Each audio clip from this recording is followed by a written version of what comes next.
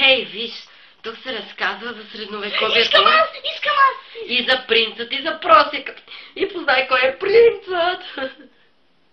Значи аз съм просекът. Защо някакъв проблем ли имаш, защото после се разменяме?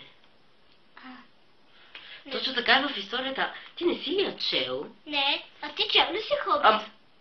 О, разбира се, че съм го чел, но ето виж. Ето виж. Видя ли? Добре. Прочете ли?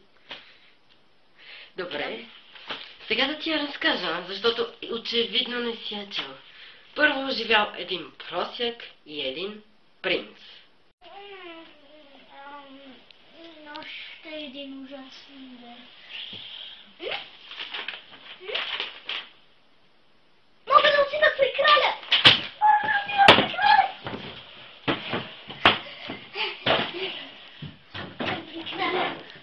Тук на върха, ще бъдем тук на върха. Живеем ние в замъка, с нас се разкършете. Тук на върха, ще бъдем тук на върха. С браслето мое, бейби, бързо ще превземем. Ние върха, ще бъдем с нас на този скок. Огромни съпетие. Кралю! О, просяко, не те познавам, но мога да ти помогна. Да се здрави саме. Добре, ти се казваш... Аз се казвам Таврос. Таврос, аз съм Тервел. Добре, виж тази хубава изработена чаша. И цялата моя просяко. И сега, какво правиш в кралството ми? Защото е време за пиги. Какво има?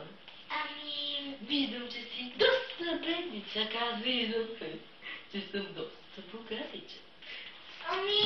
Става така, че един ден се събуди и някаква Да, сигурно си прочел от стария ми свитък, нали така? Седъпни, мъничко, да. Така, Калон, прочел си стария ми свитък. Да. Знаеш ли, винаги съм искал да не съм крал. А сега го мога, като селянин идва тук. Искаш ли да си разменим дрежките? Хайде, де. Не знам какво ще кажат вашите поданици. Те няма да разберат, защото ние много си приличаме. Добре, тогава ще се разменим. Да отиваме към съблекаванията. Как мислиш, че изглеждам? Приличам ли на теб? Да. Я. А ти пък приличаш на мен. Тервел, как ти беше твоето име? Таврос. Трябва да си запомня името. Добре, да видим какво правят при теб.